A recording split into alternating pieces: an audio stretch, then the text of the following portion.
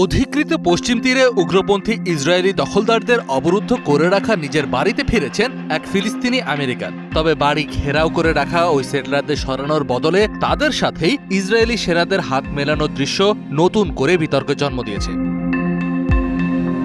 যুক্তরাষ্ট্রের ওহাইও থেকে পশ্চিম তীরের কুসরা গ্রামের নিজের পৈতৃক বাড়িতে ছুটে এসেছেন ফিলিস্তিনি আমেরিকান লুই রিদি।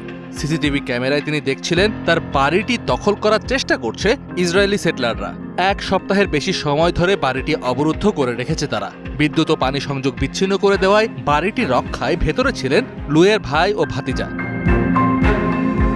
সম্প্রতি প্রকাশ পাওয়া একটি ভিডিওতে দেখা যায় বাড়ির সামনে সেটলাররা নির্বিঘ্নে ঘোরাফেরা করছেন। তাদের সরিয়ে দেওয়ার কথা বললেও উল্টো সেটলারদের সাথেই হাত মেলাতে ও গল্প করতে দেখা যায় উপস্থিত ইসরায়েলি সেনাদের।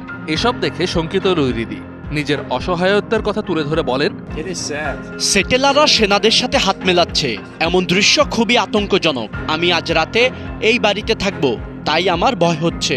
আমি মার্কিন দূতাবাস ও কর্মকর্তাদের কাছে নিরাপত্তা চাইছি, যাতে এই সেটেলারদের স্থায়ীভাবে আমাদের এলাকা থেকে সরানো হয়। অবশেষে ইসরায়েলি সামরিক বাহিনীর পাহারায় নিজের বাড়িতে প্রবেশ করেন লুই রিদি। এ সময় বাড়ির ছাদে যুক্তরাষ্ট্রের পতাকা ওড়ান তিনি। নিজের পৈতৃক ভিটায় এমন অবরুদ্ধ বাস্তবতায় হতাশা জানান লুই।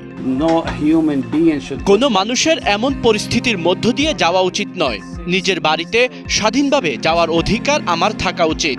গত 2 সপ্তাহ ধরে সিসিটিভিতে নিজের চোখের সামনে সেটেলারদের বাড়ি দখলের চেষ্টা দেখাটা একটা দুঃস্বপ্ন।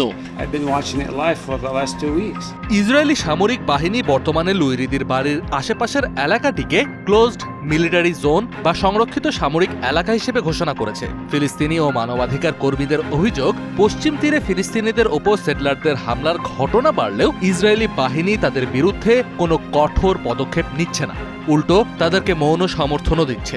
ভিডিওতে বসতি স্থাপনকারীদের সাথে সেনাদের সখ্যতার বিষয়ে জানতে চাওয়া হলেও ইসরায়েলি সেনাবাহিনীর পক্ষ থেকে কোনো মন্তব্য পাওয়া যায়নি।